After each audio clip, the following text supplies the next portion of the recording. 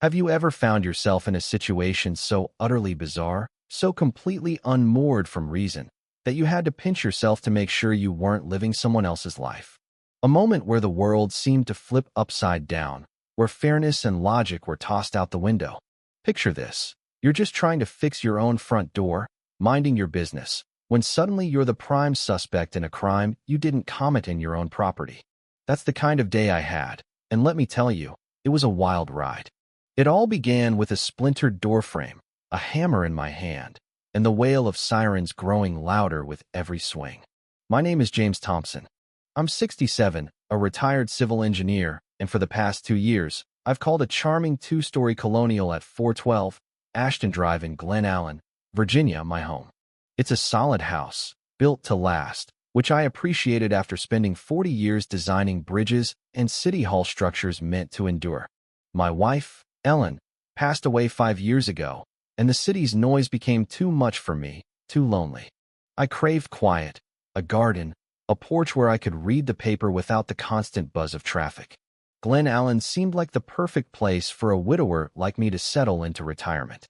And it was, mostly except for one thorn in my side, Linda Harris.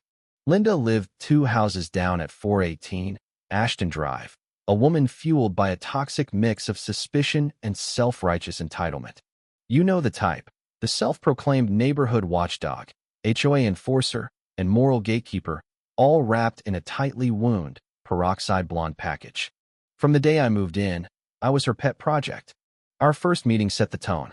I was planting lavender bushes in my front yard when she stormed across my freshly seeded lawn, leaving footprints in the dirt, and declared, "Those plants aren't on the Chesterfield Heights HOA's approved floral list." I'm a man who believes in being pre-Paretit's the engineer in me. Before buying the house, I'd studied the HOA covenants, all 112 pages. So I wiped the soil from my hands, smiled, and said, "Good morning. I'm James Thompson, your new neighbor." According to Section 4, Subsection C, Paragraph 2, lavender is a pre-approved perennial. These are French lavender, quite classic, wouldn't you say? Her lips pursed into a thin line, and without another word, she spun around and marched off. That was my introduction to Linda, and it only got worse from there. On that fateful Tuesday morning, I was on my porch, carefully chiseling away at my damaged doorframe. The night before, someone had tried to pry it open with a crowbar. They didn't get reinforced deadbolt and sturdy frame saw to that, but they left the oak in splinters. I was methodically preparing the wood for repair when Linda's voice sliced through the quiet like a siren. "What are you doing?" she shrieked, standing at the edge of my lawn, clutching her phone like a grenade. She wore a garish green tracksuit, her face twisted in exaggerated outrage. "I'm fixing my door, Linda," I said calmly. "Someone tried to break in last night." "Liar," she bellowed, the word echoing down the street. A curtain twitched in a neighbor's window. "That's not your house. I've seen you skulking around for weeks. I'm calling the police. You're breaking into someone else's home." The absurdity of it nearly made me laugh. I'd lived here for 2 years, and Linda had personally filed 3 HOA complaints against me. One for the lavender, one for my mailbox being an unapproved shade of navy, and one for grilling burgers on a Sunday, which she claimed violated the neighborhood's day of rest. She knew exactly who I was and where I lived. This wasn't a mistake, it was a performance. She dialed 911, her voice quivering with fake fear. "Yes, there's a tall, aggressive man breaking into a house at 412 Ashton Drive. He's destroying the door. I think he's armed. Please hurry, I'm terrified." Armed. I glanced at the tiny chisel in my hand, no bigger than a butter knife, and set it down. There was no reasoning with a tornado like Linda.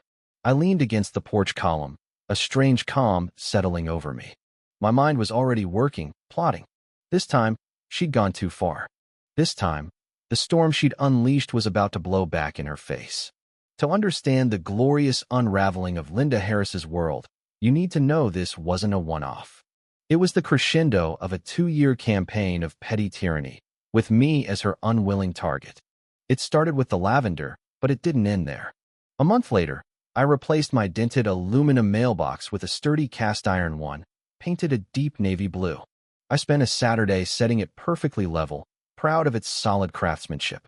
2 days later, An HOA violation notice arrived. Unapproved mailbox color. The covenants required mailboxes to be navy, with no mention of shade or finish. I checked my neighbor Tom's mailbox of faded, chalky blue and Linda's, a standard aluminum one with gaudy floral stickers, clearly violating the uniform appearance clause. I wrote a polite letter to the HOA, enclosing a photo of my mailbox, the paint can labeled Classic Navy, and a subtle suggestion that the board clarify color codes. The complaint vanished, but Linda's glares intensified. Then came my garage floodlight. I'd installed a motion-activated one for security, as I often worked late in my workshop, crafting furniture for my grandkids. The first night it flicked on, Linda's porch light flashed in response. Minutes later, my phone rang. "Your light is shining into my bedroom, disturbing my peace," she snapped. "Linda, my garage faces the woods, not your house," I replied. "Unless your bedroom's in a tree, that's impossible." She hung up, and the next day, another violation notice arrived. Nuisance lighting. I emailed the HOA a video I'd taken from her property line, narrating how my house was obscured by trees, proving the light couldn't reach her. The complaint was dismissed. It went on like this. My trash cans were too early at the curb. My backyard tomato garden was an unapproved agricultural structure. My jazz records on the porch were disruptive noise. Each time, I countered with facts, photos, and the very rules she tried to wield. My patience infuriated her. She wanted a shouting match to paint me as the outsider she believed I was. I wouldn't give her one. My strength are flaws and almost obsessive patience. I believe if you give someone enough rope, they'll hang themselves. I just never expected Linda to hand me the noose. The night before her 911 call, around 2 a.m., a sharp metallic thud woke me. It wasn't the house's usual creaks, but a violent splintering from the front door. Heart pounding, I crept to my bedroom window and saw a tall, lanky figure in a hoodie prying at my lock with a crowbar. My security camera high definition, not the cheap kind we're recording every move. One above the door caught his clumsy efforts. Another by the garage tracked his retreat. He wasn't a pro, just a nervous kid, jerky and unsure. I didn't call 911. I wanted evidence. He gave up after a loud clang, swore, and jogged off toward Linda's house. At dawn, I reviewed the footage. Clear as day, under a streetlight, he pushed back his hood, revealing his face. Michael Harris, Linda's 19-year-old son. I'd heard rumors about his troubles dropping out of college. Jobless, but this was something else. I saved the video, backed it up, and waited. When the police arrived that morning, their lights flashing silently, I was ready. 2 officers stepped out. Officer Daniels, a stern man in his 40s, and Officer Lopez, a younger woman with a cautious gaze. Linda was in full theatrics, dabbing dry eyes and trembling. "Step away from the door, hands up," Daniels ordered, his hand near his holster. I complied, calm and open-palmed. Linda seized her moment, rushing forward. "Thank God you're here." He was breaking in. Lopez asked, "Sir, what's going on?" I nodded at Linda. "Your complainant, Linda Harris, is my neighbor. I'm James Thompson, the homeowner, repairing damage from a break-in attempt last night." Daniels took my ID, confirming my address, but Linda sputtered. "It's a fake. He's a clever criminal casing the neighborhood." Daniels asked why I hadn't reported the break-in. "The lock held, and I had a better witness than me," I said cryptically. "I figured it'd resolve itself today." Linda shrieked, "He's lying. This is a quiet neighborhood. What, don't have people like him here." The implication hung heavy, and Lopez's face tightened. "Ma'am, let us handle this," she said. I invited them inside, mentioning footage that would clear things up. Linda's eyes flickered with fear as we entered my dining room, where a folder held my deed, mortgage, and Bill's ironclad proof of ownership. Daniels verified it, apologizing for the disturbance. Linda, hovering in the foyer, cried, "They're forgeries." Daniels shut her down. "This is a notarized deed. He owns the house. Wait outside." In my office, I played the footage. The hooded figure's fumbling was clear, but Daniels noted the covered face.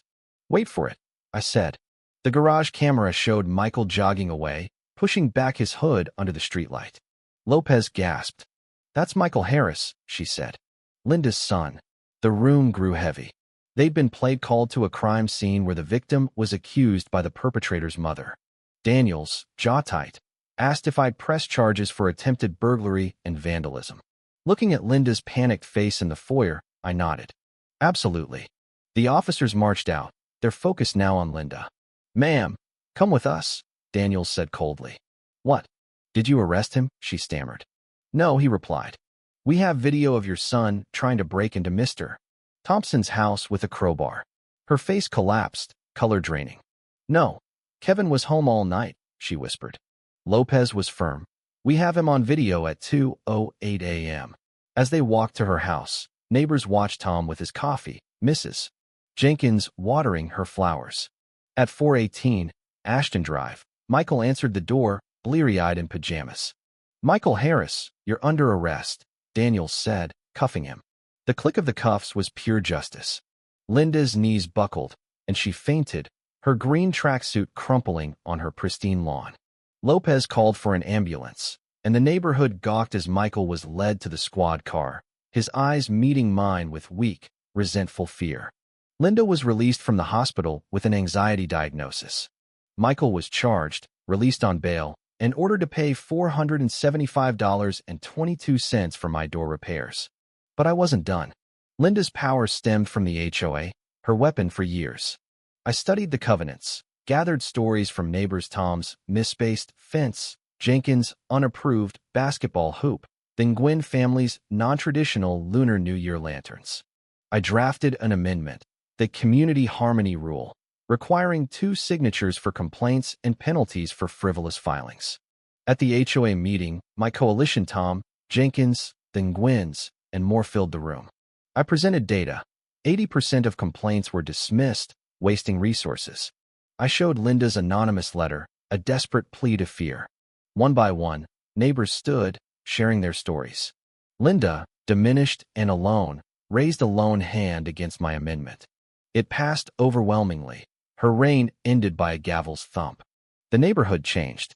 Complaints dropped, and people talked again. Linda's house grew unkempt, her influence gone. On my porch, with sweet tea and a book, I heard kids playing and music from a Gwynn family party. The fear was gone, replaced by peace. My revenge wasn't loud, it was the quiet rebuilding of a community, the triumph of truth over lies. Justice came softly, like dust settling after a storm, and from my porch, the view was mighty fine. Have you faced a neighborhood tyrant? Share your story, I'd love to know I'm not alone.